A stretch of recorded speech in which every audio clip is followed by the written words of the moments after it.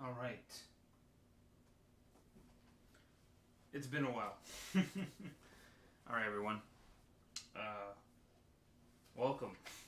Welcome back to another very long time stream here. Um, my name is CF. My name is CF Enriquez. On Twitch, I'm known as CF Kralos. You can call me Kralos here, or you can just call me CF. I prefer either, whatever. But today I thought I would come to you guys to do a stream about stuff that I recently picked up at a couple stores in my neighboring town. So, um, for anyone who follows me on Twitch, you should know that I brought this up yesterday as you were watching me cringe against my playthrough of Rumble Roses, something that you will not see on this channel. But I brought up these things. This is just a slipcover, by the way, for this like little single that I bought for this Bruce Springsteen song. But I'll get to that. So, anyways, yesterday on Twitch I said I was gonna do a stream about this, and I thought it'd be much better if I did it on YouTube because YouTube actually my streams stay forever unless I destroy them. Whereas on Twitch, this stuff. Oh, there's the Manganese. I wish I could watch right now, but I'll roll by tomorrow's look. Good night. All right, Dingeon, thanks for stopping by. This is exactly why I'm doing this on YouTube, because at the very least on YouTube, you'll be able to watch this at your leisure. This archive will be up. In fact, you don't even have to watch it tomorrow. You can wait a whole goddamn week, a month. It'll still be up. I guarantee it. Also, this is going out to my man Saber, aka Saber the Nihilist. If you're watching this, this goes out to you, and you haven't shown up on Twitch because Twitch mobile is a pain, whereas YouTube is a little bit more optimized for mobile phones. At least the app is. Not that this is an endorsement of YouTube, but dang it. But anyways, sheesh, messing up my whole lighting here. Anyways, that aside, we're gonna talk about these things that I got. So there is a comic book store in the neighboring town, which is a college town. I'll drop clues so you can figure out where that is, so you can eventually find my house and murder me, maybe, or something. And I picked these two up.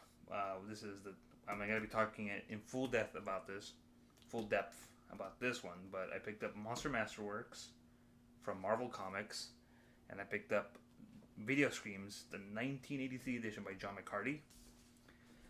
And I don't know, I hadn't been to that comic book shop in a long time. There's no comic book shop in my hometown. There used to be. I used to go there all the time when I was but a mere teenager and younger. But it went out of business, and it was actually bought up by the neighboring town's comic book shop, and the result of that is I keep fucking with this light. Okay, the result of that is it went out of business. So a lot of good that did.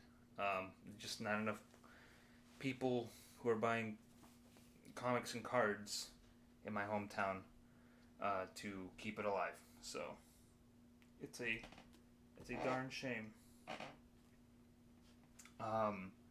So now I have to drive about 15 to 20 minutes, maybe even 10 minutes to the next town to enjoy some truly nerdy artifacts and whatnot. So I was perusing because I don't know, one of the things I would love to look, especially when I lived in Chicago, where we have more active, I keep fucking with these lights, I swear, where we had more active, we have a lot of more comic book shops, one thing that I really liked seeing were the Marvel Essentials, as well as the DC Showcase collections, which were these big, fat, like trade paperbacks that were in black and white and printed on newsprint. And I always missed whenever I would like come across one for like a weird title, like I don't know. I guess for Marvel it would be like Essential Strange Tales. I don't know. I mean, like I looked at the ones for Daredevil the most, or Fantastic Four. So, but for like DC, they had stuff like the Haunted Tank and Ambush Bug, like the complete Ambush Bug in one whole newsprint edition. And goddamn, did I miss out on that one when I saw it. So it was like less than $20. It made me mad. But as I was perusing, I found this copy. So I'll talk about this first. And essentially, as you can tell, like, I don't know, like when I first saw this on the shelf, I thought like, oh cool, this must be like a new edition. Like this, because like most of the, I guess like paperbacks, like trade paperbacks or TPBs that they have at like this comic book store, which I guess I just shout it out. They've been pretty good to me, so I'll just give the name. It's Bizarro World. So at Bizarro World, they got some pretty good. They got a pretty good collection of like trade paperbacks, but most of them are fairly recent. So you can imagine what it would be like for me to come across this and think like, whoa, there's a whole trade paperback of like Monster Masterworks, all those like 50s and 60s monster comics that Stanley and Jack Kirby were putting out. Nice. I'm gonna check this out. So I pretty much picked it up and I looked through them like, oh, these are perfect. You know, look at all this. You know, Fin Fang, like they got Fin Fang Foom in the cover, but he's yellow.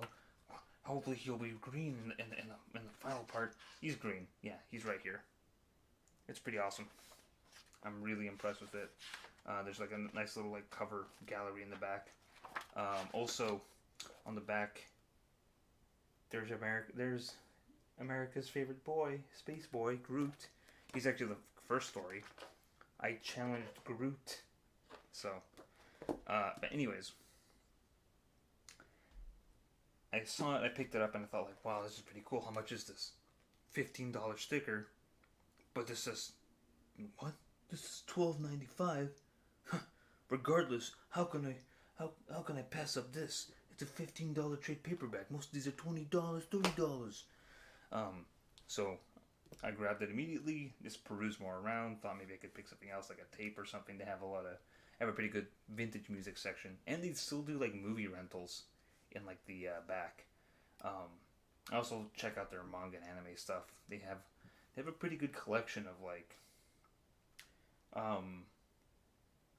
manga collections, as in they have like all the little like volumes, all the tankobons, and they're all like packaged together, so you can kind of complete a whole run up to how many they have, which is a pretty common thing. One thing I do miss, one thing I do miss about visiting comic book shops back in my day was going into the collected editions, which was just having individual comics that were all packaged together in like a plastic bag, and so you can like read an entire run, which is how I got into a lot of weird, obscure ones, like especially the Dark Horse comics. There's a few, like I got into the Ghost comics that way, and only because I was a teenager full of hormones. Because Ghost is essentially a cool superhero woman who like essentially can like, she has ghost power. She can like, I think she can fly and like mostly become intangible, but she also like wields, she's like also whipping out two guns, but then her costume is the main thing because it's the 90s, and female superhero costume is pretty much like pretty much a low cut corset, some like tight pants, and in this case for her like a hooded cloak because she's a ghost. But she was cool. There's a really neat crossover she has with Barbarella in one issue. Not Barbarella, Barbed Wire. Sorry, she has a cool crossover with Barbed Wire in one issue. The other thing that I found super interesting, that reminded me of my old days, just like I could go and find not only obscure superheroes that were probably selling these collections for much less than they would for name brands, but also weird runs of like popular superheroes, like the Fantastic Four. It's like, oh, what is this story arc with Marvel's first family, and they'd be going to hell or something. Anyways, so I saw this, I picked it up, and as I was perusing and doing all that, and I was just pretty much ready to go home, pay for this and leave. I saw this, just kind of sitting on one of these file boxes that they usually have their comics in, on top of this collected thing of some kind of collected Fangoria paperback or whatever. Actually, it was sitting on top of that, and the box was full of old Fangorias, which is for those of you who don't know, alright, is a magazine that was dedicated to horror stuff. I think it just came back in print. It was out for a while, but anyways, I saw this, I looked through it, saw it was pretty rad. It's just a bunch of reviews and whether or not you can find it on video. I'll get more into depth later, because this is worth talking about. But I'm just doing the haul portion first. So I bought these things and just kind of made my way. And then I also like to check out the record store, which is the next block over. And there's not much that really caught my eye, but I did like it, so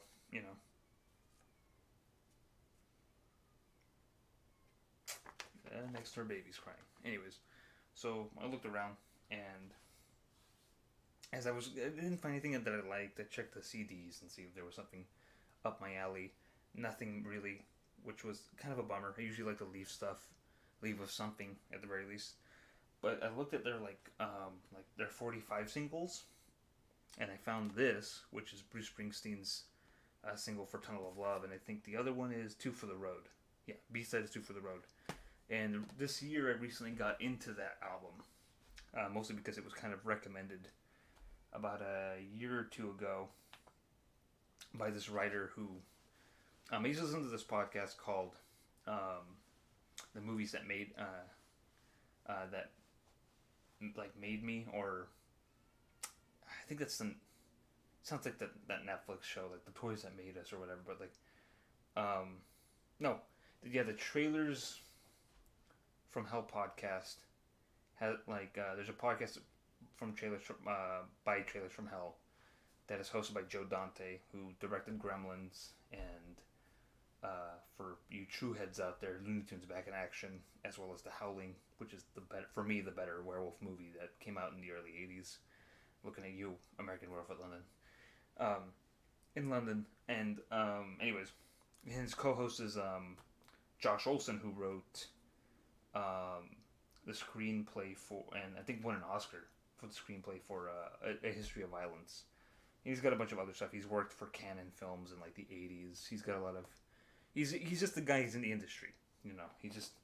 He's always trying to he's always pitching stuff, and I don't think it really gets picked up. But he keeps himself busy. But they had the year that the movie Blinded by the Light came out. They had the director on for an episode to talk about movies that made her, that are a big influence on her, that she grew up with, whatever. And also, but then had a bonus episode with the writer / author of the book that the movie's based off to do a one-on-one geeking out over Bruce Springsteen songs with Josh Olson, and him bringing up the fact that the concert the main character, spoilers at the end, is going to that I guess is promoting the album for is the Tunnel of Love album. One of the co-hosts talked about how this is an album that you can only appreciate after you've been in a long-term relationship. And I thought well, I've been with my wife for about, I think at that point 12, 13 years. Maybe I'll get something out of this. And yeah, I did. I think I listened to a few songs and kind of thought I don't have time for this right now. I'll listen to it later. I think I made time for it sometime early this year. I just put it on while I was working on something and just fucking broke my heart. Just all the fears and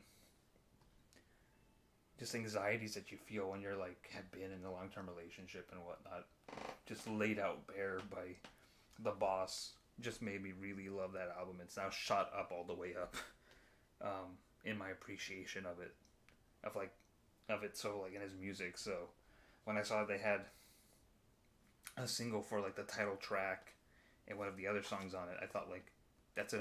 I'm picking it up. As soon as I got home, I pretty much popped into my vinyl record player and like listened to it, and it's pretty cool to hear it, in its like original form or whatever. So that's it. I don't. There's not much to say. It plays pretty nicely, you know. So happy to have this. But now, before I really get into the meat of this, I wanted to talk one little bit. I'm working my way through these stories. They're full of Stanley's purple prose, so it's very wordy and overly dramatic, which it's how I like it. These monsters are really cool and well known, because it reminded me of this one thing. I think this one documentary that Stanley was on, where he talked about like making monster comics in like the 60s and like the 50s and the 60s, and just talking about like the kind of dumb names he would give these monsters. Like, let me run down some of these real quick. You have Groot, which we now think is normal because of the Galaxy Guards movies. You have the Thet of Timbuba. You have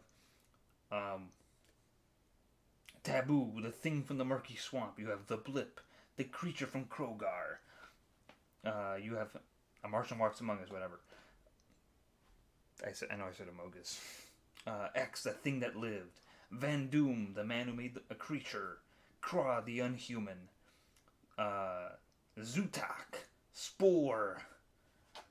Gigantus is not that big, but you have Grotu, the King of the Insects. And, of course, Fin Fang Foom at the very end. So, this big guy. But, yeah, you got all these cool monsters. But anyways, because I kind of have an affection for these weird monsters from this period, and they're all like Jack Kirby and Steve Ditko monsters, or Dick Ayers and Bill Everett. They're all these weird kind of like I said, they have like these wonderful faces. Like, this is the stuff that I like from Jack Kirby. Like, these kind of fucking faces are so good. Like, oh, look at this. Or this, like, I love how like grotesque his faces are, or these monster designs are, Like, in a way, you could almost see these, like, being designed just so, like, someone could maybe adapt them for, like, a movie monster. Like, they almost have, like, in mind this idea for, like,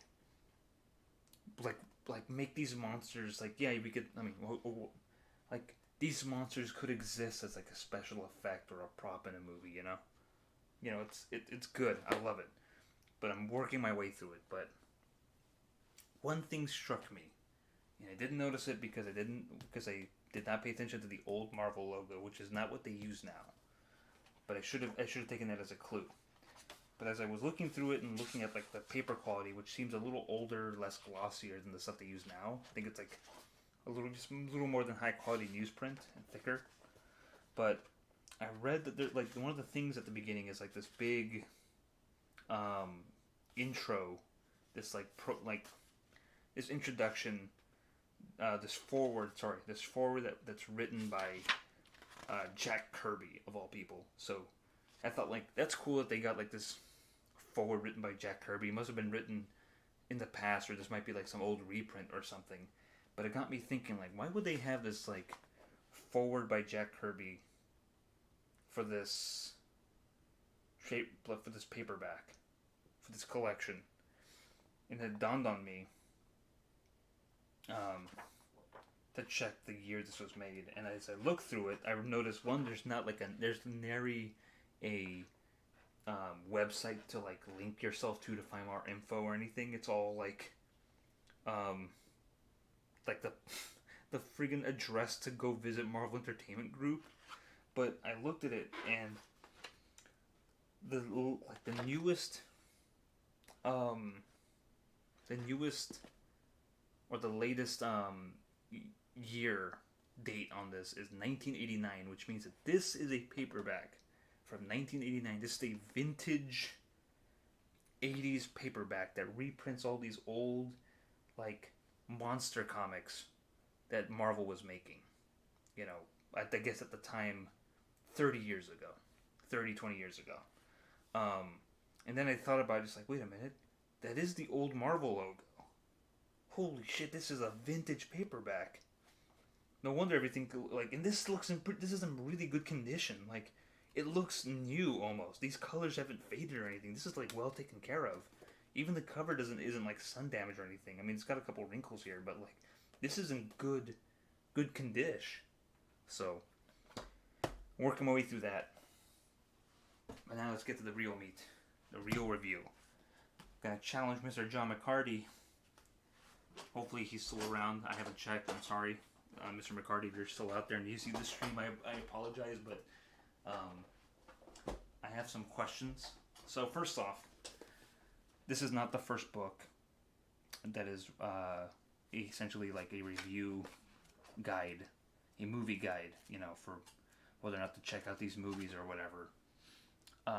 Because, you know, at the time, obviously, Leonard Maltin puts out his, like, little his movie guidebooks. There's also the video Watch Hound or whatever. But a few years ago, I picked up another book similar to this. Where are you?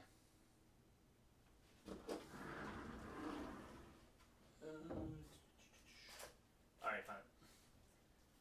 Okay. At a thrift store, I picked up this movie, which is Off Hollywood Movies, A Film Lover's Guide by Richard Squarman. So, it's 144 reviews. This has, I think, 605, so slightly more. But it's essentially a big, like, info, rating, and then, like, long review towards, like, these kind of independent and foreign films, you know, that were being made. And, of course, it's all, like, you know, it's all organized by actor, by director, by country, etc., etc., etc. There's some, like, a cool, like, all the best books. There's some cool glossy photos in here, you know. Some of these movies are movies that are, like, I think a good, like, I'm going to say almost 75% of the movies in this have now, I think every movie in this book has now been re-released, or has been released on, like, home video, on, like, DVD and Blu-ray by now. But, like, I think a good 75% of the movies in here are now in the Criterion Collection, which I think is fun. But as I was reading through this one, it gives you, like, a rating and availability, like, as well as, like, you know, a genre. So, like, for example, if it says video, that means it's available for home video for, like, Koyaanisqatsi, which she gives 5 stars. Cool. Or Man of Marble, Man of Flowers. Mate One, 5 stars. It's on video. Masculine, Feminine, video, subtitle. Nice. It means I can go find a video copy of these movies and watch it at home. Otherwise, I have to go to a theater and think, like, is this movie worth watching? Let me see. Should I go watch Picnic and Hanging Rock? This is it's a cold mystery, 3 stars. That's pretty good. I think I'll go check it out, you know. And then you would do that. So that was my first taste of these kind of, like, guidebooks from the period when, before the internet or streaming or whatever. So, like, in a world where video and rental stores were becoming more common, these books were also becoming more common. But this specializes specifically in, as the title says, the official source book for horror, science fiction, fantasy, and related films on video cassette and disc. The disc part surprised me. So, 650 titles, wow. From American Solo Meat Frankenstein to Zombie, meaning the Lucio Fulci movie. So, and there's so, let me get to this disc thing first. And here's a picture of Mr. McCarty himself. He looks just like the kind of guy who'd be into this stuff, no offense. But there's all this great guide stuff here. But anyways, let me see if I can find what he means by disc, because this surprised the hell out of me. Alright, let's see. There's also, like, other books about, like, home video stuff, like guidebooks. Remember Spy. He talks about videotape piracy. the video pirate can shoot a film right off of his movie screen with a home video camera, and then make tape dubs of the film and then sell them to enthusiastic collectors for a price well below that charged by the legitimate manufacturer. The quality of pirated tape doesn't approach that of professional duped pre-recorded tape, of course, but to the collector, this disadvantage is far outweighed by his being able to get a desired title at a more affordable price. Piracy is a total illegal activity, and if the pirate is caught selling his ill-gotten material, he faces stiff penalties in the form of fines or even imprisonment. But let's face it, the FBI can't be everywhere, so until video manufacturers decide to render the advantage of dealing with pirates obsolete by lowering the price of their own videocassettes, pirates shall and continue to sail the high seas of home video, providing customers with valuable and profitable service. So he says, pirates are everywhere. FBI can't be arsed to deal with them all the time. So the best solution is for the home video stuff to be to lower the price. But anyways, about this cassette stuff. Where are you? Because he also talks about the price, because there's a whole section called rent versus buy. Let's see. Where are you? Okay, so right here.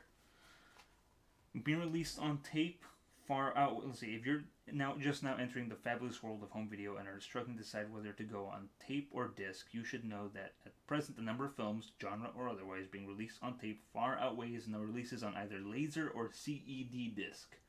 So, at the comments, because there's some titles in here that say that they're either on VC or CED or whatever, or laser.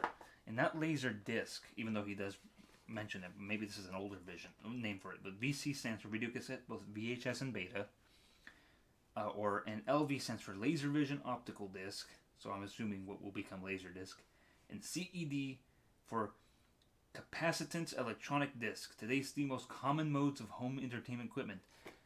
I don't know how common those other two were, but I know for VHS and beta they were pretty common. But I'm assuming this is the thing that plays those other two, or at the very least maybe some of these. So it's really wild to hear about the video versions. I think this might be that. These video laser discs. You can find a laser disc player every now and again. I think I've run into a few of them at my local thrift store, at the local Goodwill, and have almost made the jump into it, but then I realized that I have to buy laser discs, and I think this guy says that I think the most durable, the laser vision discs, or laser disc as he shortens it to, are maybe more durable than tape, because they're just big vinyl coated CDs. So, but we'll see. Anyways, so it's surprising to hear video disc being a thing already in 1983, which shows how ignorant I am of home video formats. But anyways, some of the contents in this thing includes alternate titles, year of release, color, black and white. It gives a rating, the video format, etc., etc. Video sources and whatnot. And he also talks about where to order info, where to rent it, whether or not you should buy or rent. It's really comprehensive. It's beautiful,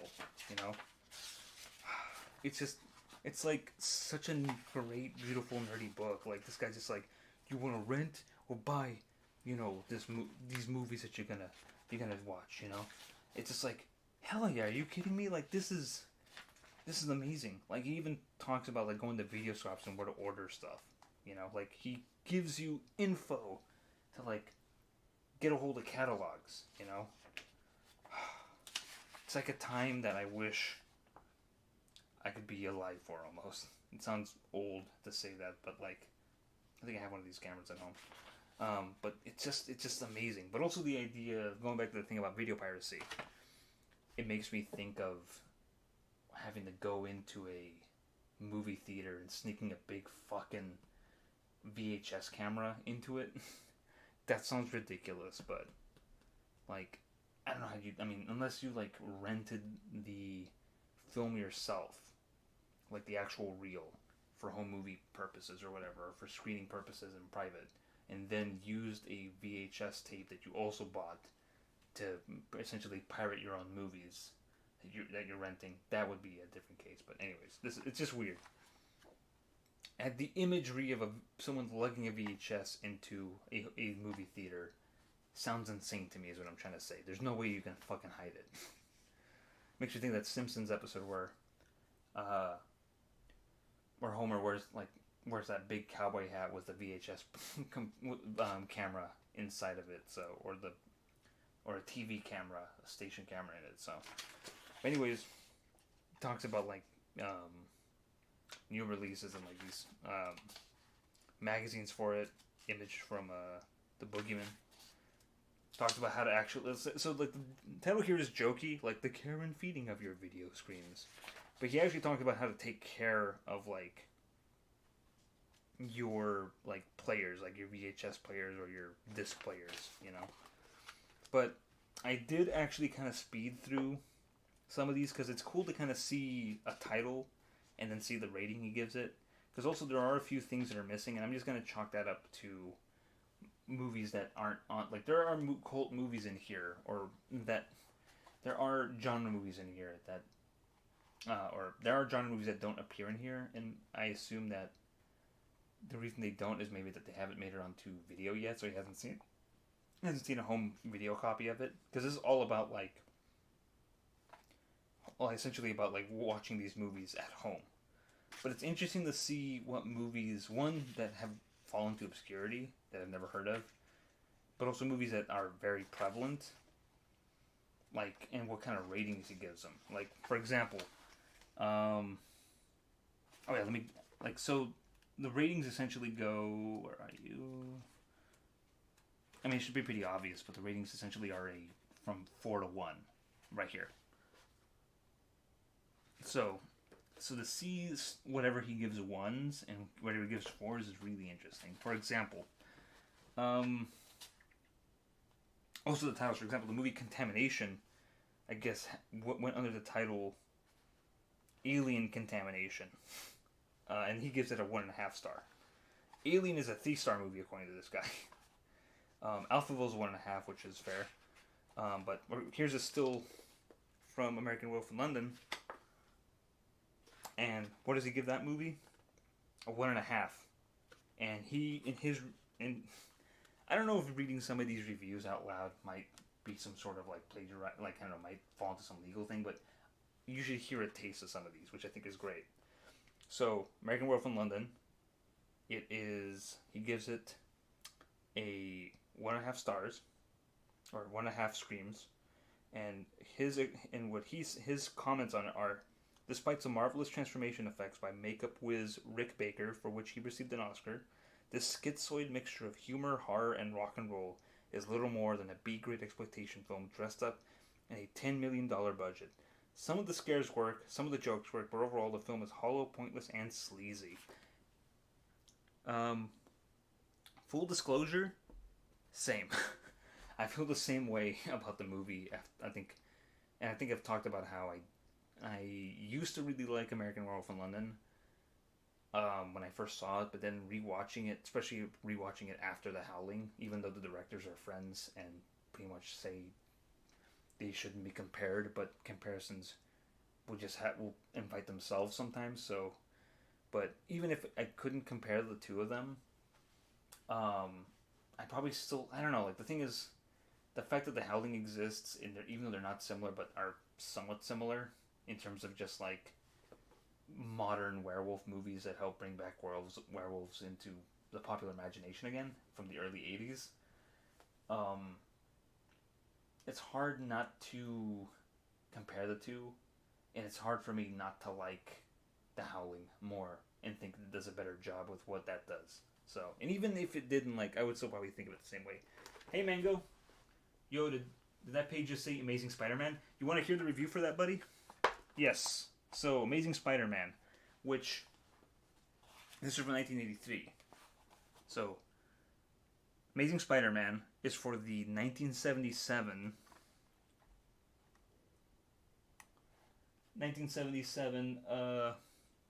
TV movie pilot that got released on home video. He gave it 2.5 stars, and this is what this dude says about it. He says, a bite from a radioactive spider turns newspaper reporter / photographer into a crime-fighting superhero with the ability to crawl up large buildings and spin deadly webs for catching villains. Enjoyable made-for-TV movie pilot for the short-lived series based on the Marvel comic character. So he thought it was cool. Yeah, so Mango, he thought 2.5 stars is about like above average. So he thought it was pretty good and enjoyable for a TV movie about Spoderman. So, but yeah, so that's an example of a movie that he thinks is pretty decent, but also like, let me zoom out again. Zoom in, like, let's see.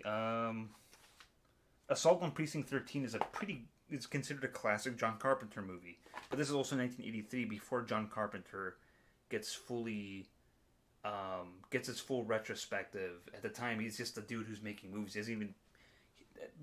He's writing all these reviews about his movies, thinking he's a pretty decent director. So he hasn't even seen that this guy doesn't even know that he's looking at peak Carpenter yet. So he hasn't made what Carpenter fans consider his bad films yet. But he gives Assault on Precinct 13 at 2.5 stars. He gives Attack of the Killer Tomatoes 2.5 stars.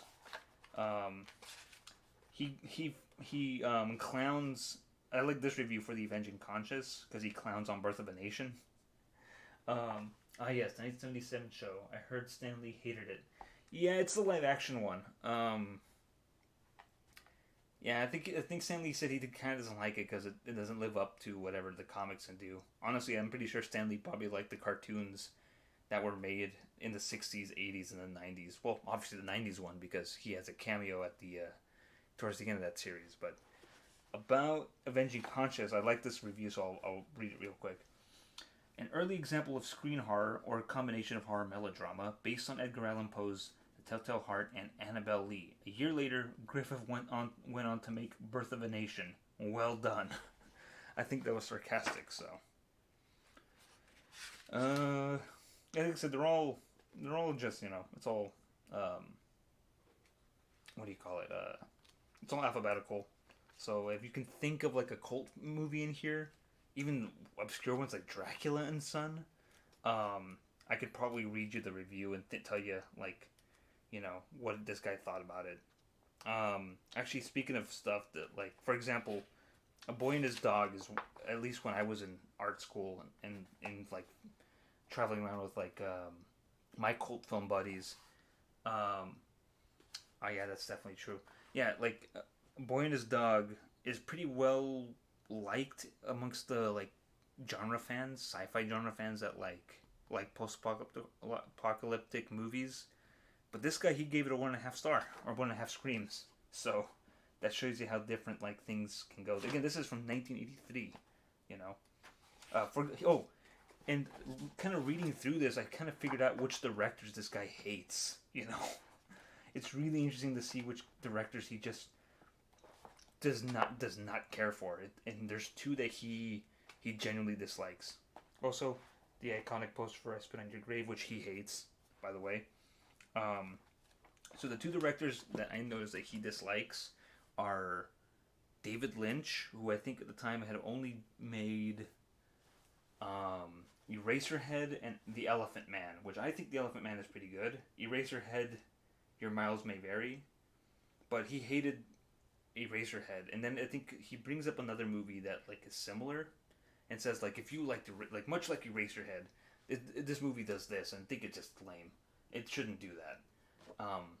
And then he talks about how David Lynch's directorial style and aesthetic for The Elephant Man ruins what could have been a really great movie about this unfortunate individual, Hold on, let me see when his version of Dune came out. Oh, never mind.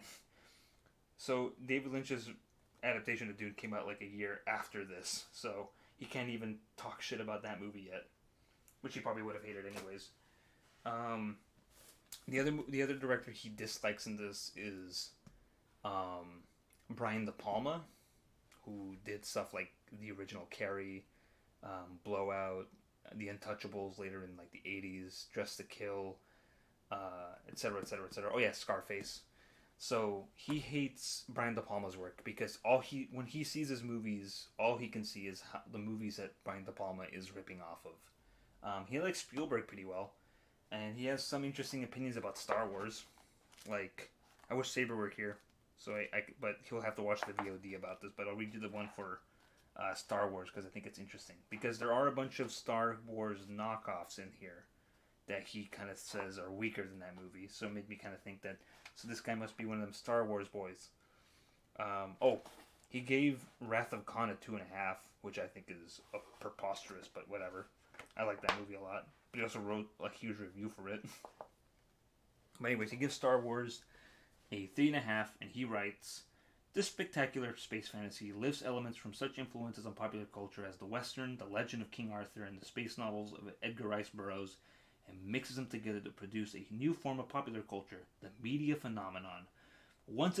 Since its release, the names Luke Skywalker, Han Solo, R2-D2, C-3PO have virtually become part of our language. The special effects are great, the action is non-stop, the acting is as good as it needs to be, a slick, superficial entertainment that will eventually take its place as Episode 4, A New Hope, in director Lucas's planned 9-film saga."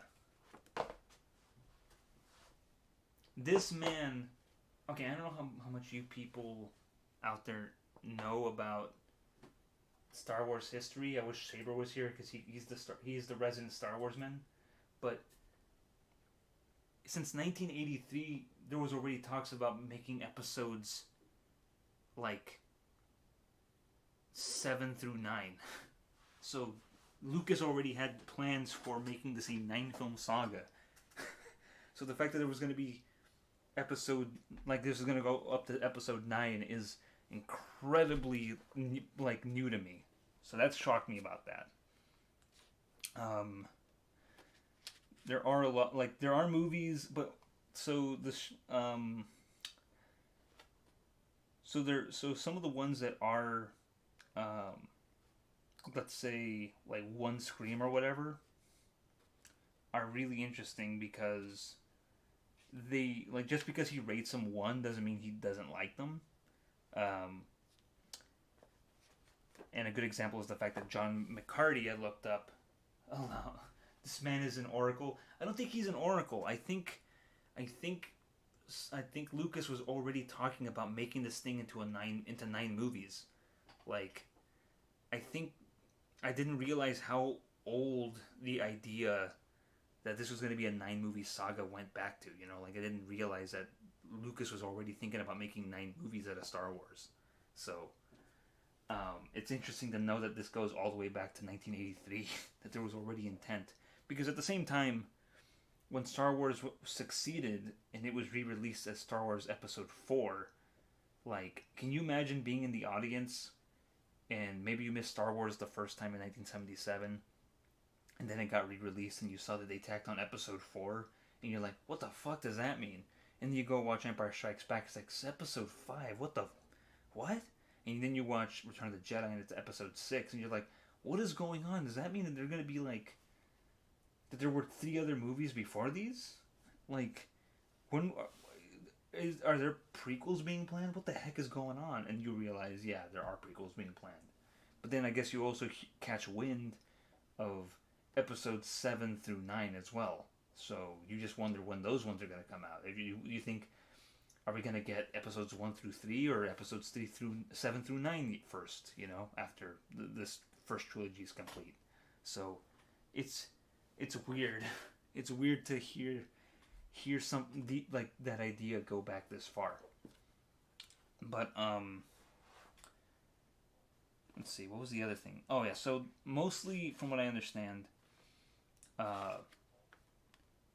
John McCarty also wrote books about the work of Herschel Gordon Lewis, who most people will... I mean, for those of you who don't know, Herschel Gordon Lewis is a director of exploitation films from the 60s, and some in the 50s as well. But he got his main claim to fame in the 60s when he pretty much helped invent the splatter movie. So when you think of movies that are total gore fest, I gotcha, yeah. Um, when you think of like movies that are like horror movies that are just total gore fests, Herschel Gordon Lewis is the man. He's the guy who did it. He had this buckets of fake bright red, like finger paint looking blood, and just pouring it all over these actresses or actors, and just with the fakest, like prosthetic scars or the realest cooked animal organs that he's just pulling out of people. You know, he's the guy who did it. He's responsible for that. And he wrote a book about his work, and he clearly loves Lewis, but he also knows that, like, let me see, a good example would be, where's the Wizard of Gore? Here we go. For example, Wizard of Gore, he gave it 1, but he talks about how it's just like, it's good splatter-filled fun. So he knows that it's not a good movie, but he also knows it's fun because of how wacky it is, and how, like, gory it is for its time. So, but to show you how things have kind of changed, he's got reviews, and here's a good example of it. Here's an image from the original version of The Thing, aka The Thing from Another World, from 1951. And here's a picture from 1982, so a year before, you got The Thing by John Carpenter and The Thing directed by Christian Nyby and Ghost directed by Howard Hawks, who is credited as a producer for the movie. Essentially same story, it's just this version I think people say adheres closer to the short story that the movie's based off of. It has obviously better special effects, but here's the difference in rating. So for the 1951 version, that is 87 minutes long and in black and white, he gave it 4 screamers. So a rating of 4, and he thinks it's like one of like the best examples of like, and it like of like cool horror sci-fi that never ages. And for the new version of The Thing that came out just last year for this guy when this was printed, 2. So half the rating. So he thinks the older movie is better than the newer one. And let me explain let me explain just by reading you the difference in both reviews. So for the 1951 version, he writes, one of the absolute best horror science fiction movies ever made, and Air Force officers and scientists at an Arctic research station discovered the body of an alien buried in the polar ice. Producer Howard Hawks take it back to camp with them. And when it thaws out, the terror begins. Director Nyby and producer Howard Hawks elicit strong, believable performances from every member in the cast, which is one of the chief reasons why this movie continues to play so well and does not seem dated. Add to the literate, witty script by Charles Lederer, Dmitry Tiomkin's nail-biting score, and plenty of solid scares, and you come up with a classic, based on the novella Who Goes There by John W. Campbell Jr. So, this guy thinks by just being like a solid, good effects, good characterization, good etc., which is pretty par for the course for the work of Howard Hawks, if you're not familiar with him, who I should probably do a video about Howard Hawks and how cool he is, because if you want a guy who makes movies where like is just like witty, who just knows how to direct dialogue, who knows how to direct action, who's just like a jack of all trades and a master of all of them, Howard Hawks is the man. But which is why people think like, or why it's kind of now been sort of corrected in the corrected into thinking that like the 50s version of The Thing, even though it says it's produced by Howard Hawks and directed by this other guy who was, I guess, like an assistant director for him, they think that it's really maybe directed by Hawks, or at least like co-directed at the very least, you know. Lol, I had no idea there was a 51 version of the film. Yeah, I'd seen the original green piccolo looking thing before, and I had no idea it was from the 51 version. Well, here's the thing about that. That green piccolo one, it's in black and white, so it's only green either because you've seen a colorized version or because a lot of home video covers love to color him green. But he's also in the original one, he's just a big vegetable monster. And he's kind of not that scary, but there's some cool action scenes in it. I really like the original. I'll be honest. I do think it's really good, and it's a cool kind of like you hang out with these like tough guys who are witty and good. But anyways, let me move on to what he thinks about the new one, about the remake. Actually, to the point where like he doesn't even list the cast of the other ones. He lists like almost the cast of like of the ones for the 50s version. He only puts Kurt Russell and Richard H. Dysart in it. But anyways, Carpenter's remake of the Howard Hawks classic has a lot of things going for it, and they're all spelled Rob Bottin. Makeup was Bottin's astounding splattery special effects of thingness are the real stars of this picture. In fact, they're the only stars. Bill Lancaster's script harks back to the original John W. Campbell story, upon which Hawks' film was also loosely based, but leaves out any sense of characterization. One simply doesn't care whether this Arctic team gets knocked off or not, but oh, those effects. So, I see. If there's good action scenes, I'll have to check it out. Yeah, I really like the original one, but I think for modern tastes, most likely, I think it's gonna go unappreciated now, because I think also like when the original thing came out, people hated it. It was a bomb. People thought the effects were so good, they were too gross, but too gross that it was pretty much make the movie unwatchable. It was an example of like, too scary, it's bad. Too scary, can't watch it. Too gross, can't watch it. Too gross, it's too bad. So it became a movie where just like the horror and sci-fi heads were just like, oh, what are you talking about? It's a good movie. You know, it's really good. It's really scary. The effects are really good. Kurt Russell rules. And that's kind of how the movie has kind of gone on to be until Carpenter pretty much made the two other movies in what became his like Apocalypse trilogy, which are Prince of Darkness and Mouth of Madness, which are all kind of based around these ideas, based around like, or at least inspired by H.P. Lovecraft. Period. Like just H.P. Lovecraft. He's like there's Lovecraftian elements in it. In fact, the Thing, in his version of the Thing, like now, has been kind of reassessed as a more Lovecraftian monster because of how shapeless and formless and how it can just change constantly. So there's that element. But people have pretty much reappraised the 1982 version of The Thing as like a great movie, and have pretty much looked at the old 50s one and says like, yeah, it's an old 50s movie, who cares? This one rules. And in fact, I think people now think of the new version by Carpenter in the same way people thought of the old one by Hawks and Nyby. So it's interesting to think how like in like a few years, it's the script hasn't been flipped now. Like, because what this guy's complaining about, how like he doesn't give a shit if like the people in the Thing live or die, because there's no characterization. Now we kind of look at it just like, what are you talking about? We got Keith David, we got Wilford Brimley, like all these guys are cool. I do care if these guys die. Like, in fact, one of my like pastimes, things I like to watch on YouTube are like people watching movies for the first time and like uploading their reaction to it. And one of my favorite ones to look up, aside from Lord of the Rings, or even see how people react to Star Wars, because it's crazy to think that someone hasn't seen a Star Wars and is reacting to like Darth Vader being Luke's father for the first time. You're just like, how do you not know that? How do you not recognize that line? Come on.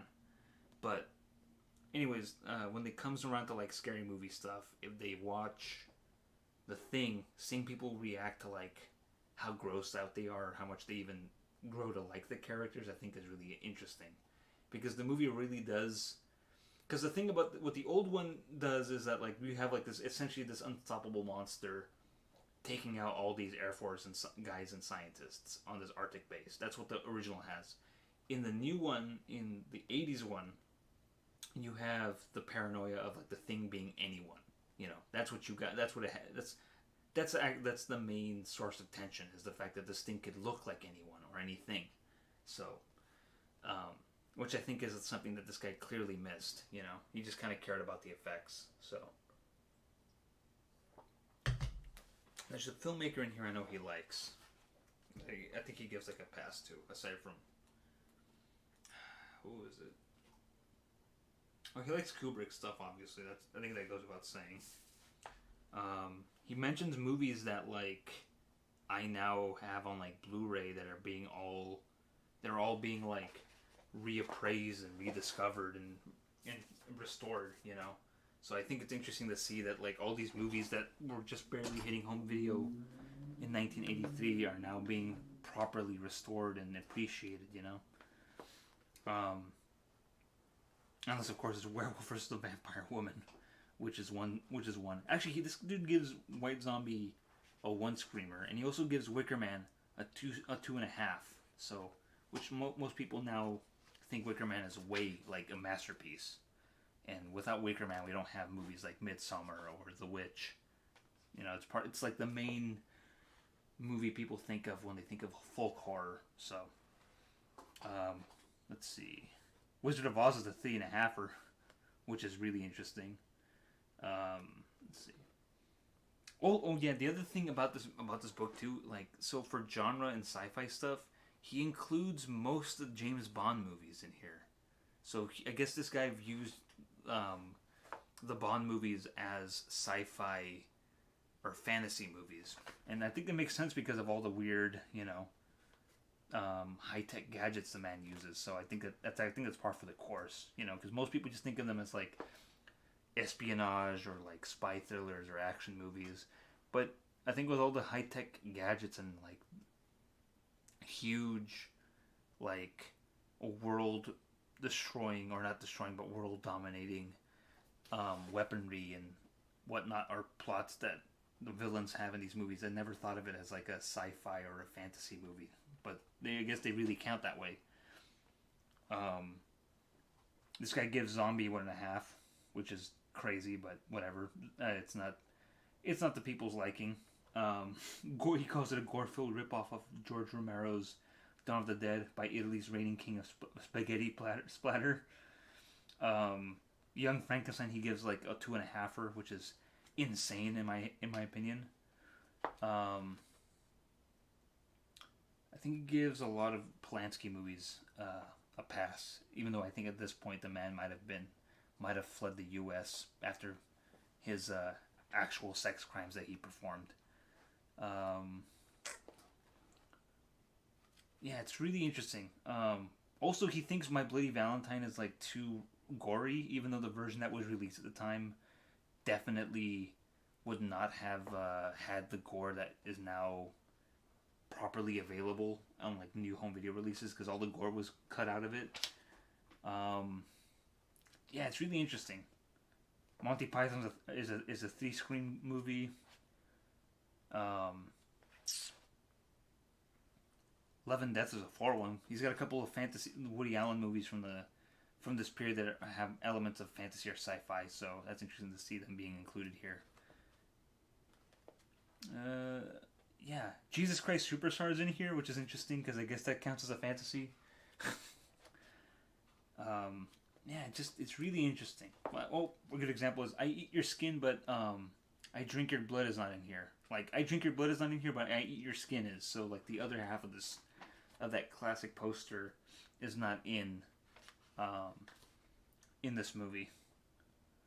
Let's see, what's another interesting thing that he puts in here? Yeah, there's a bunch of John Waters movies that he puts in here as well. I guess those count as like,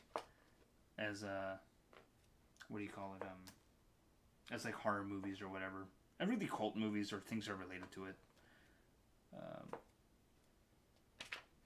He gives both versions of Dracula that were available to screams. Like, he thinks the Lugosi one from 1931 is good in the beginning, but kind of just becomes too stagey at the end.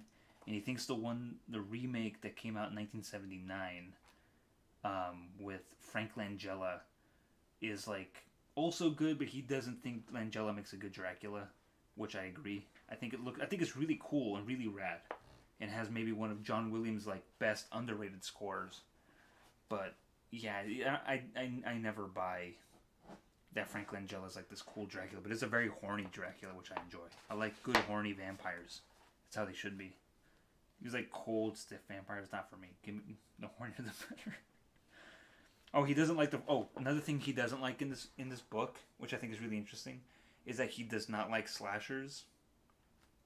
Um, like Halloween, he obviously blames for essentially codifying how slasher movies should be, and the fact that like in the wake and success of or in the wake of Halloween success, all these slashers came up, which we all know is part of like horror movie history or whatever. Um, but the fact that that is a thing so early on in this book from 1983 is that like whenever there's a slasher movie in here, he's just like, yeah, it's just your typical slasher movie in the Halloween vein, or it's pretty much trying to do what Friday the 13th is doing. So it's interesting to see him talk about these like other slasher movies and compare them to the kind of two codifiers, which are Halloween and Friday the 13th. So it's really interesting. Actually, I think one of the shortest reviews are the ones for part 2, which is right here. So for Friday the 13th, he writes, he gave it 1.5. A summer camp that was closed down after 2 counselors were brutally murdered prepares to reopen for business. One by one, the new counselors are slaughtered by a faceless killer. This is the controversial box office smash that propelled the gore film into the big time and spawned a host of gruesome imitations, effects by Tom Savini. He talks a lot about how Tom Savini is cool at effects, but he's mostly like just grossed out by how gross Savini's work is. But then he talks about part 2 right here, which is the body count continues. That's all he writes. So I think that's kind of funny. Oh, there's a few Disney movies that he puts in here. Like he puts the Black Hole in here, and that I think that's like a 1.5 or 1 Scream. But Freaky Friday's 2.5, and thinks that it's a really good movie, but it could be better. But if it were not for all the slapstick that he thinks ruins it, which is an interesting opinion to have about a movie for children. But whatever. Let me see if this guy puts in Dawn of the Dead. Actually, it makes me wonder if even Dawn of the Dead had a home video release at this time, because its right stuff is really interesting. Because it's kind of the reason why we don't have a lot of why it's not readily available. Nope, it's not in here, which means to tell me that its availability was just as hard as it is now as it was then. So, Magical Mystery Tour, he thinks that the album was better than the movie. It's really interesting. But aside from that, I think the appendix are also really interesting. I think the other curiosity is in the additional titles, because these are essentially movies that, I'll just read it to explain it better. The following titles are presently in release, but obscure enough that apparently no one has seen them. I know I haven't, nor was I able to find out anything about them during my research for this book, so that the next edition of Video Screams may include more in-depth descriptions of these films. I invite companies that issue them, or anyone else with knowledge of these films, for that matter, to supply me with more complete information about them. You may write to me in the care of the publisher. So this guy's just like, all right. Well, now I've never heard of the Black Hole film. I thought you were talking about Black Cauldron until I looked it up. No, Black Hole is a movie that was like made in like the wake of Star Wars' success. So the same way Halloween and Friday the 13th inspired a lot of pretty much helped create the slasher film genre and recategorize a lot of older horror films with slasher elements as that. Star Wars, Disney decided to make their own Star Wars, which was, I would say it's half Star Wars, half 2001: A Space Odyssey. But yeah, it's a really weird movie. If you have Disney Plus, I recommend you watch it, because it's really interesting and really weird. I'm still planning on doing a stream where I talk about movies that are rip-offs off of Star Wars that are better than Star Wars, because I hope that Saber sees it and gives me his counterpoint against it, So I know it sounds like I'm just trying to make a stream to troll Saber, but I genuinely have these opinions about these knockoff Star Wars movies. But anyways, so for this is the list of movies that are available on home video that nobody has seen, and I want to look at them just so I can think if I've seen some of these or I've heard of them. So we have Axe. Have not heard of that. Beyond and Back. Nope. Beyond Death's Door. Yes, I have heard of that. I think you can watch it on Tubi right now. Day It Came Back to Earth. Or The Day It Came Back to Earth. Nope. Demented. Yes. Devil's Daughter. I think I've heard of that one. Dunderklumpen. Nope. It's an animated fantasy, apparently. Actually, Beyond and Back and Beyond Death's Door are documentaries. So maybe, I don't know, they sound familiar. Hospital Massacre I have heard of. Humongous, no. You should do a stream where you sit down and watch this obscure series called Fist of the Dwarf Star. You know what? I might do a series where I should critique and do a commentary on this obscure series. Can you link me, Mango? Can you link me to the series? It sounds interesting. You know, you're talking about Fist of the North Star, right? Because I've seen that, but oh wait, you wrote Borf. Yeah, okay. Just link me to give me a link to the full series, and then I'll think about it. I'll look at it and see if it's worth my time. Mardi Gras Massacre I've never heard of. Microwave Massacre I have heard of. Next Victim no. Northville Cemetery Massacre. A lot of massacres here. Once Upon the Brothers Grimm. Perversion. Pinocchio. What if he means like a different version of that? Savage Fury that I think got like a recent Blu-ray. Sinister Urge is a Ed Wood film. Sisters of Death I haven't heard. Spaced Out I think I've never listened to. Who Shall Am I have seen. And Zapped I haven't seen. So some of these I think have been restored and found. So it's interesting to know that some of these I think were just direct-to-video stuff that were being released. So, and then the rest of the book are just like video sources. Oh, he doesn't like Conan actually. He didn't think the Conan movie was good. So just like if you're interested in finding out any of these movies or getting catalogs, he has like all these like publishers and like video movie people for you to like write to and just like, hey, send me a catalog. I want to buy movies. And of course the other appendices are just like, hey, here's these directors, you know. Like oh wow, the only movie by Robert Altman he put in here is Popeye, and he thinks it wasn't that good. But I have a soft spot for Popeye. Yeah, it's weird. He only has 2 Argento movies in here. That's lame. Whoa. Okay, this is a discovery right here. Live. There it is. There it is, sir.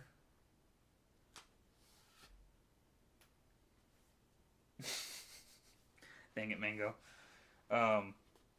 This is a discovery live on camera. The Hatchet Murders, aka Deep Red. I had no idea that Deep Red also went by that alternate title. And in fact, that was a popular title. That's weird. Death Sport and Heartbeeps. He doesn't like Creature from the Black Lagoon, but thinks Creature from the Haunted Sea is good. Or he thought it was good, but he thinks Creature from the Haunted Sea is better. Yeah, I don't know. He does like the Lord of the Rings by Ralph Bakshi. So he does include a few animated films like Fantastic Planet and a few compilation movies that are just Looney Tune cartoons repackaged into a movie, which I think is really interesting. Albert Band, Charles Band, Paul Bartel, William Bodine. So it's interesting that this thing exists. The greatest the film world's favorite sex criminal. Guys, it's been 40 years. I think it's time. It's been 50 years. I think it's time to let old Roman come back to the U.S. You know, let's drop those statutory rape charges. He's had enough. Look at his face. His wife died. His wife got killed by the Manson family. Don't you think he maybe acted out in a weird way? Anyways, oh, there's Brian De Palma himself, the man he hates the most. Well, just like Star Wars Clone Wars animated film, wasn't that film just a bunch of repackaged first couple of episodes? I think it was. I didn't know that, I've only seen the Clone Wars, when it came out as like a mini series. So I've never actually seen it like edited together as like a full movie. I don't think I would want to see it like that. Oh, he really likes Superman. That's another one that he enjoys. Stanley Kubrick, which one of my old friends from college, or from art school, would always remark. He's like, "Yeah, Stanley Kubrick. You know what? I looked at a picture of him. He's a really ugly man." I love that. That's like he respects this guy. He's a great filmmaker, but he's a very unfortunate looking individual. I love that. It was the second thing on my old art school friend's mind. And that art school friend is the guy who plays Mr. Alexander in my Invasion Radio / Angels or Aliens and Invasions and Airwaves animated film or short. So, yeah, I don't know. Like, oh, Steven Spielberg, Sam Peckinpah. I think he only has one movie in here. David Lynch himself. Dan Rooney, Real Life. I love the show, but to be honest, I've never seen the Clone Wars animated film. I think I've seen it as a DVD, but I've never seen it cut together like the way you said. So, here's a picture of Tav. I'm kidding. That's the director I was thinking of. Okay, so throughout this book, he has a few directors he dislikes, which are, I think the two main ones are Brian De Palma and David Lynch. He thinks Eraserhead is just a lot of like gobbledygook and noise, and he thinks that what he did with the Elephant Man is just like, oh, great, you Eraserheaded and like the Elephant Man story. Good job, David Lynch, you fucking art clown. And then Brian De Palma, he just doesn't like him because it's like, this guy, all he does is just rip off Alfred Hitchcock. What the fuck? This guy sucks. In fact, he thinks that like one of his latest movies, The Fury, should have been one he just should have quit making movies. He hates De Palma so much, but he loves. Yo, hit the podcast big when the hit podcast big fellas. Okay, I'm gonna talk to you a little bit about big fellas, but let me finish this tangent. But if there's one director he likes in this book that I think almost every movie he praises, it's Ken Russell. He loves Ken Russell. He defends Ken Russell in this movie. Just like, for one movie he brings in, just like, although critics didn't think much of the movie Listomania, I think they were wrong. It's actually really good, and let me tell you why. And he goes on to pretty much praise that one, praise the movie Tommy, The Devils, etc., etc. He really likes Ken Russell. I think it's really cool. I'm really impressed at the fact that this man is really standing up for Ken Russell. So, and there's me. Actually, this is George Romero. So, I always liked looking at pictures of George Romero because he looks like the last guy who would make those movies like Night of the Living Dead or Dawn of the Dead. Also, he's like a really tall man. Like, he doesn't seem like he would be like a huge imposing guy, but he really is. He's like, I think maybe like 6'4" or something. He's a huge man, but he looks so kind. He's got kind eyes and a kind face. But anyways, no, so the thing I was going to say, Mango, I listened to Big Fellas recently, and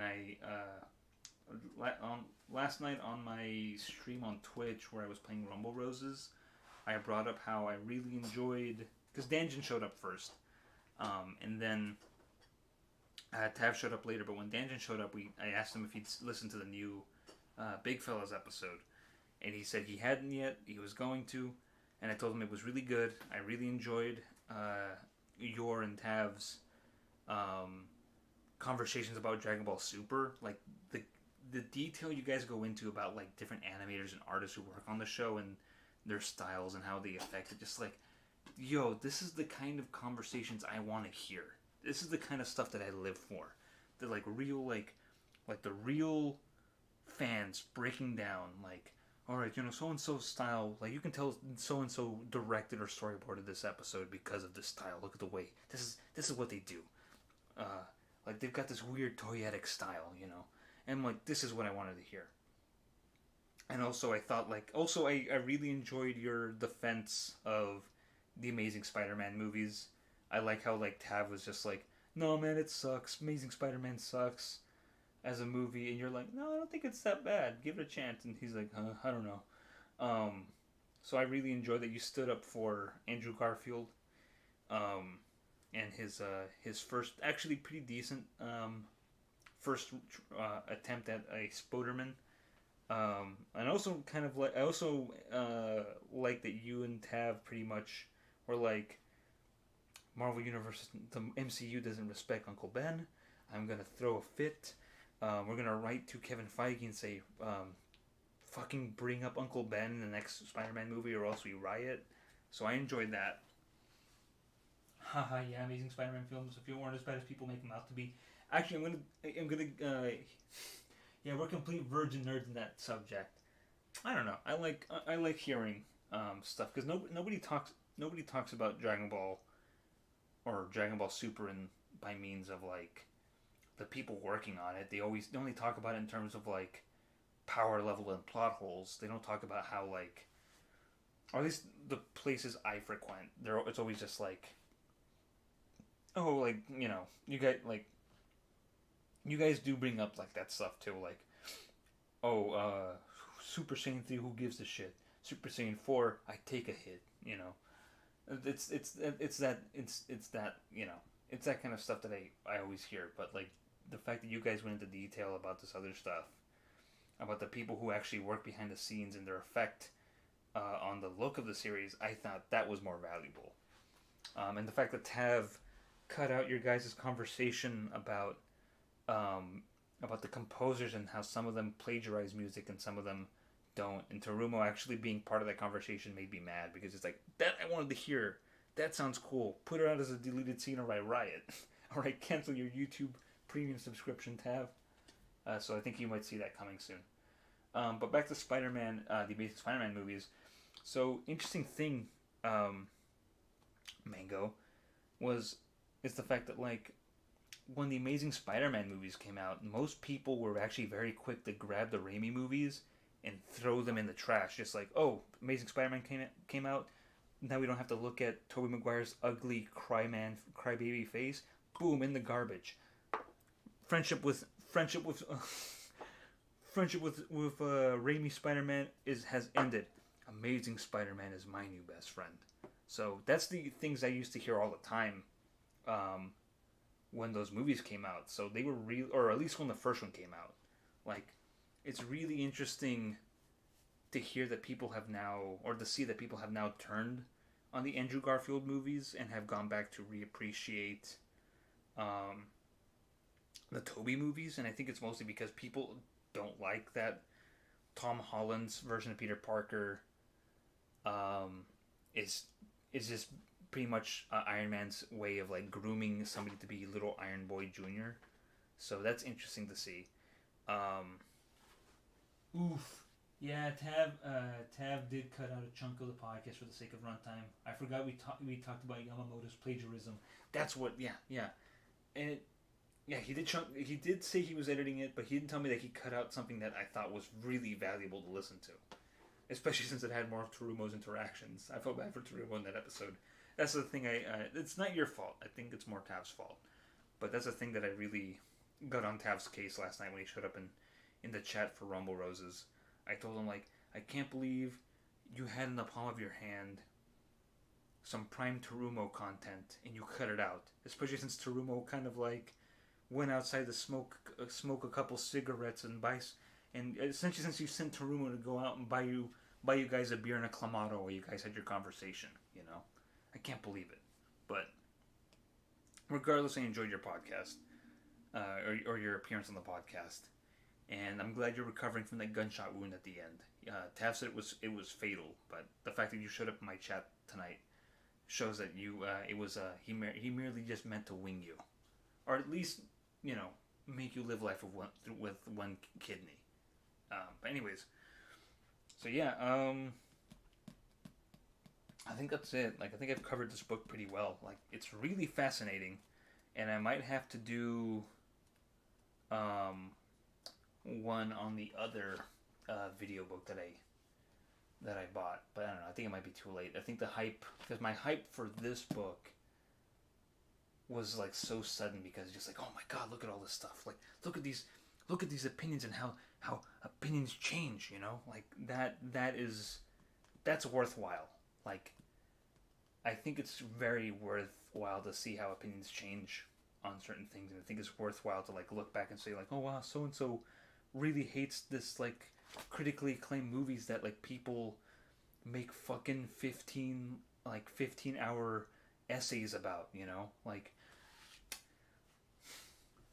Oh yeah, Tarumo didn't say too much in the Big Fella episode, and I also wish Tab didn't cut that part out. Yeah, but hey, I mean, at least Tarumo came back with those cigarettes and beers, right? You know, you sent them out to go to the store to get you guys beers and cigarettes for the podcast or after the podcast. So, anyways, but yeah, like it, I don't know, like when I read these whenever I find these guidebooks, it's such a real time capsule, you know, of like how essentially like you would find out about stuff before the internet, you know, like this was your only source. Just like, is Catwoman on the Moon worth watching? This guy gave it one scream. Let me read. Nope, not worth watching. Never mind. But I don't know. It sounds like it could be funny. I might. Oh, Albert Bernstein's earliest film score. I gotta watch it now. You know.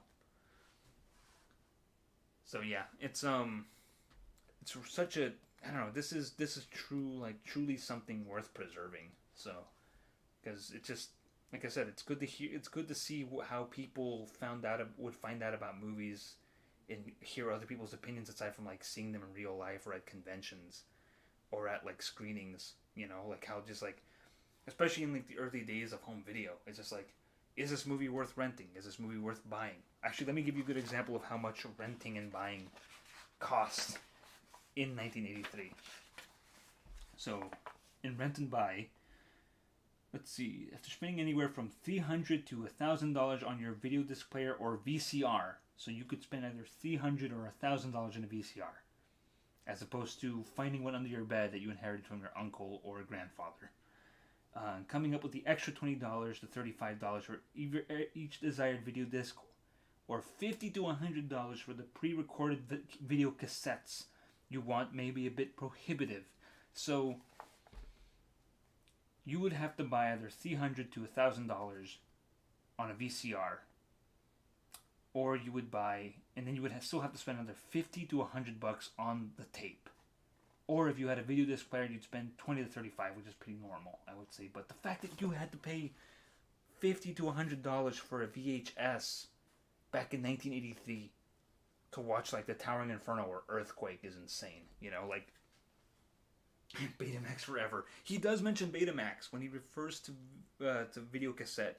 He refers to both formats. So VHS and Betamax were still competing things. So and actually a good example would be.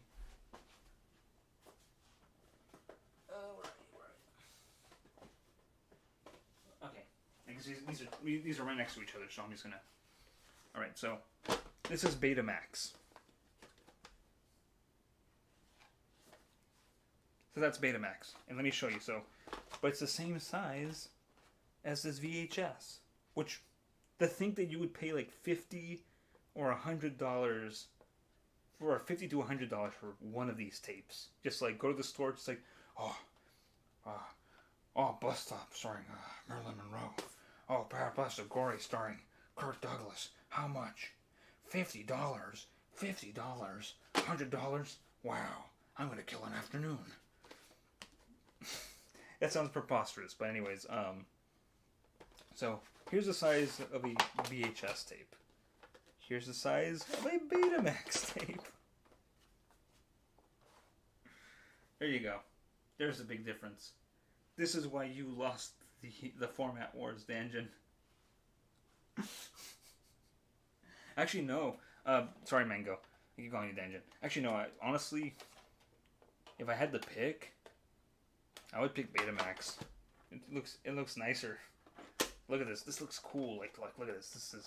This is 80s technology. Oh yeah, look, I got a big fat reel. And it's smaller. Look at this.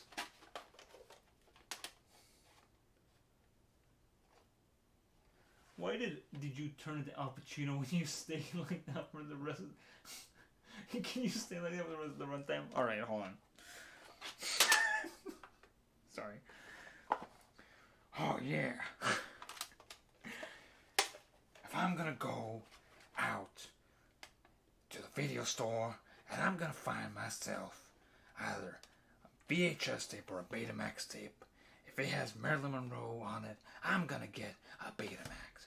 But if it's got Kirk Douglas on it, I'm gonna buy myself a VHS tape. Cause that's the way you gotta go. Hoo-ah! No, but so that Danjin was the real reason Betamax lost. You see, Danjin? If you were just listening to me, we would not have had this problem. You know, look how nice these tapes are. And you had to go in and invest in VHS. You used your millions of dollars that you're now going to invest in studio loans to make this inferior video format win against this superior one. Why? I think also the fact that I think this might be also a later Betamax tape, because this clearly is like a VHS tape, because they think this is just a sticker right here. So this is I think this is a very clearly a VHS tape that they just like, oh great, we gotta fit this in. How do we make this fit into this thing? Well, we just get one of these cardboard things and slide it in.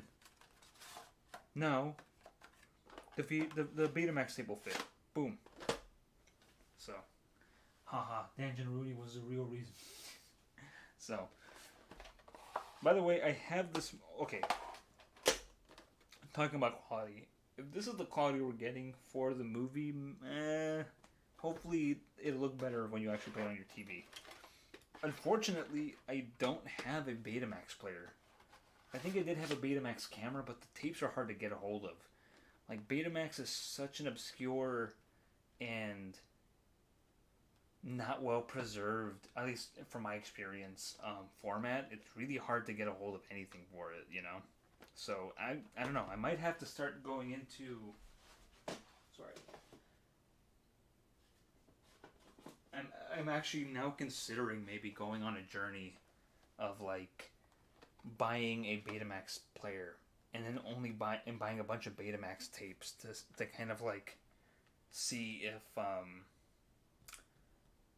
if like the format was better than VHS, you know, because then at the very least it stops at a certain point and nobody and by the same time it stops at a certain point, so it might be more expensive. We'll see if I go in all the way on beta, although there are people who defend beta to no end. So anyways, actually, one last thing about beta. Actually, let me read what you wrote first. I've been thinking about buying bootleg DBZ tapes with phantoms on them from eBay because they are fascinating. That is a good move. Actually, you should. Actually, I'm going to encourage you to do that, Mango. Oh, fucking Captain Kidd. Sorry, I thought that was... Captain Kidd, you showed up. I just realized. I thought Mango... I thought Mango was still dominating the chat here, but all right, Captain Kidd. Please do that and let me know how that turns out. So, you can tell me how good these phantoms are. Actually, if it's possible, try to see if you can find VHS tapes, bootleg tapes of Dragon Ball Z with fan dubs on them. That'd be interesting. So, anyways, how long have we been running? Hour and a half. That's pretty good. That's 90 minutes. So, I don't have much else to say. I can't. I did my Al Pacino impression. I showed off VHS and Betamax. I talked at length about how much John McCarthy hates David Lynch and Brian De Palma and loves Ken Russell. Here's some more cool pictures. I'll show you real quick of old video magazines. Here's a picture of Tav and Danjin right here. Here's your producer, Mango. Here's Tav and Danjin laughing at you as they get fat and rich off of your hard work producing Morph Star Animated. So, what's this from? Oh, one of the movies he talks about is Great Stunts / the make. There's a couple of making of documentaries that he recommends. But also just look at all these old friggin' like players and stuff. Even older cameras.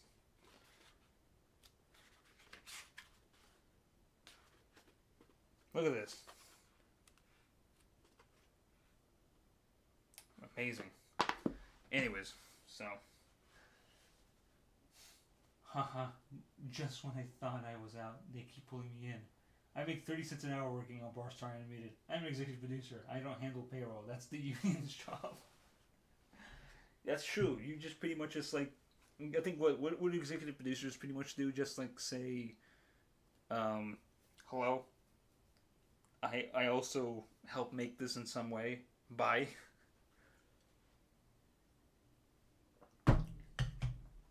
So, but anyways, yeah. So I think that's gonna be it. I don't know. Actually, I think that's pretty much it. That's all I wanted to talk about. I feel like it was a much better. I'm trying to start a union against studio loans. Good, go for it.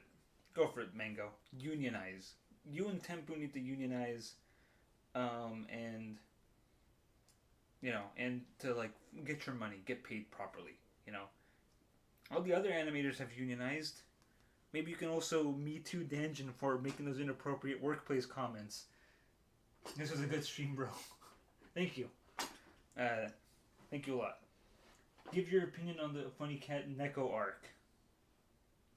Pretty funny cat. I would say it's a pretty funny cat. So, I looked at a picture of that cat. I've been seeing online. Do you support her? Do you wish she never happened? Explain. I think she's a funny cat. I don't know much about her. I'm happy that she exists. I think Tav told me that some people dislike her because she's a joke character that became too powerful. I think joke characters should only become powerful. I think every joke character in every fighting game should be the strongest god tier character in the game. In fact, they should be the most broken. That one, like, salaryman character from Marvel vs. Capcom needs to become the strongest character in that game. Someone needs to play that dude only. So, I think that'll be it. So I think it's time to say goodbye. Like I was saying, I want to do the stream on this on YouTube and not Twitch because I want future generations to enjoy my Al Pacino impression. My one man play of Al Pacino goes to the video store and calls Danjin Aruni out for making Betamax fail. So I want that to exist. I might even just take that fucking audio and maybe even animate it into like its own thing. That would be funny to see. Anyways, but I think I'm gonna end the stream right now because I've talked enough. I wanted to talk about this book. I wanted to share it. Finally, Al Pacino streams. Look, I wanted to make this stream because I wanted to talk to you about how hard it was back in 1983 to watch movies like The Curse of the Crying Woman or The Creeping Flesh. I wanted to tell you how hard it was. When I was on the set of Scarface with Brian De Palma, I told him, where can I buy a good VHS player? And he said, I don't know, Al. I need you to, can you thick up your Cuban accent? And I told him, let me tell you something, man. When I'm done with you, I'm gonna watch The Creepy Flesh on Betamax. As an Italian American, I'm very amused and satisfied by it. No, but in all honesty, but anyways, enough joking around. I'm gonna call this stream done. Actually, a little one more thing before I leave. I was actually kind of bummed out by my Rumble Rose stream because I think it did a really bad job playing that game, and it did a really bad job commenting over it because I got lost in the gameplay and I got too embarrassed by how horny that game was. So it's really a game that I think I was telling Tav earlier today when I saw him in person, how it's a game that you can't play. If you play by yourself, it's too embarrassing to play in public. But if you have someone else, at least you guys can like share your embarrassment and enjoy goofing or singing his praises. I told Tav that at the very least I should have had my wife watch the game with me so I can get her thoughts about it. But I don't know. She's a quiet person by nature, so it wouldn't have been very fun, I think. So maybe next time I'll have Tav on to watch this horny butt game. But this was fun. This made me feel better about last night's stream. This felt like it was a fun stream where I can just nerd about a book, you know. So, Danjan Rooney should play Rumble Roses for his next stream. He should. God damn it!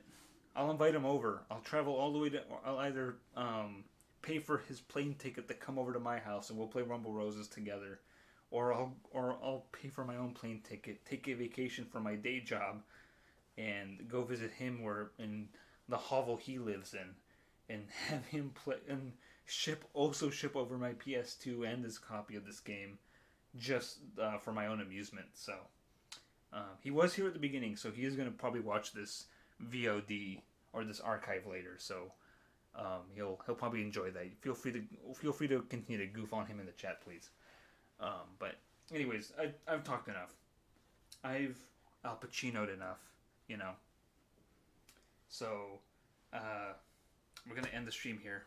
So I'm just gonna thank everyone for showing up, for enjoying my geeking out of how cool an object like this is, how cool it was to like essentially go back in time to 1983 to see how things were back then, how people like essentially use these books as like a guide. You know, it's just really cool. Okay, it's just really cool, and I'm glad I was able to geek out and share stuff like this.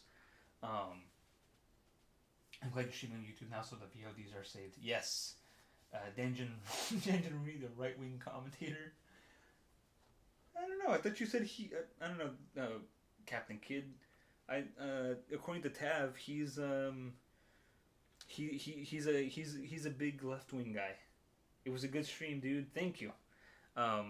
No, Captain Kidd, before I go, I'll just say this. In the words of Tav, no one loves Joe Biden more than Danjan Rooney. So, but anyways, yeah, honestly, I think I might switch over back to YouTube, because I did stream a lot on YouTube before, when I first left Twitch, but then I came back to Twitch because it's just easier to, it flows better into OBS.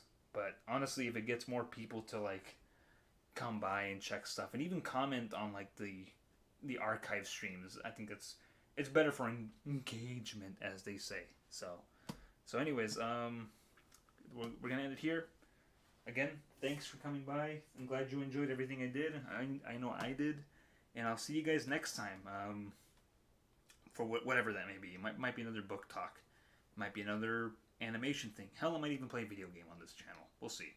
So until then, thanks again, and I'll see you when I'll see ya.